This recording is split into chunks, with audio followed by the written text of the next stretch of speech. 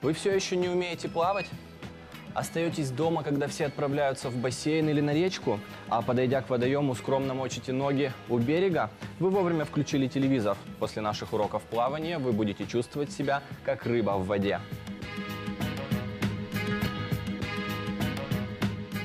Сегодня под руководством тренера плавательного бассейна «Шериф» Андрея Мыцикова мы расскажем о самом быстром стиле плавания – кроль на груди. Да, о самом быстром и популярном виде. Заходи, Саша, в воду. Начинается все с техники дыхания. Первое правило пловца – выдох носом в воду, вдох ртом, естественно, вынырнув из воды. Этот элемент нужно довести до автоматизма.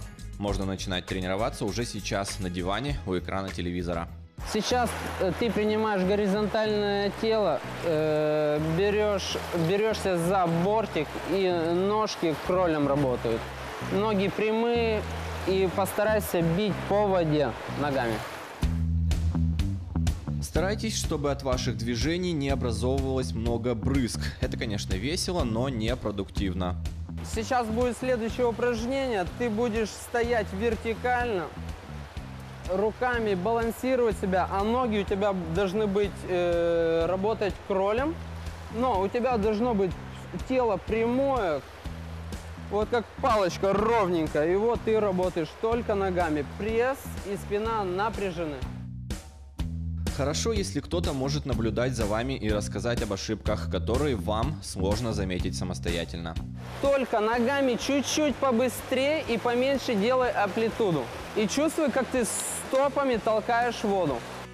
Самое важное в кроле – это техника дыхания. Здесь активно работает шея. Овладеть этим элементом помогают сразу несколько упражнений. Опускаешь голову, делаешь выдох носом, смотри на меня.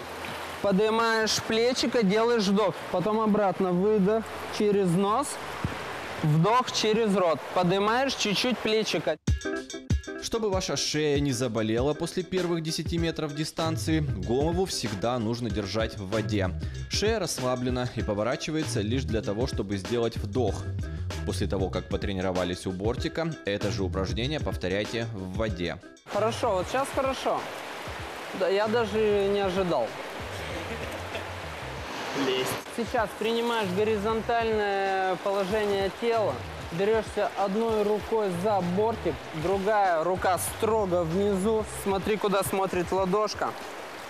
И вот отрабатываешь дыхание под плечо. Не забываешь делать дыхание. Мы показываем вам этот урок в ускоренном формате. В идеале же каждое движение отрабатывается не 1 час.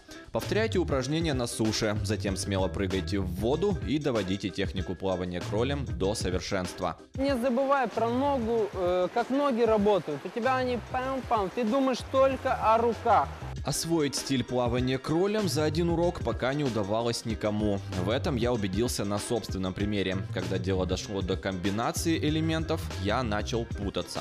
Не спеши, ты начинаешь спешить. Вот это твоя грубая ошибка. 1, 2, 3, 4, 5, сделал вдох, поменял руки. 1, 2, 3, 4, 5, меняешь руки, сделал вдох. По законам жанра в конце сюжета я должен был идеально проплыть кролем. Но мы покажем все как есть на самом деле. Нет. Сложно с непривычки уследить за всем сразу. За руками, ногами, головой, дыханием. То, что с экрана телевизора кажется нам простым, на самом деле большой труд спортсмена на тренировках. Первые ошибки – это работа головы и ног, ну и чуть-чуть туловище работало не так, как надо. А так все в порядке, главное, чтобы было желание. Ну и напоследок мастер-класс, как эффектно надеть шапочку для плавания.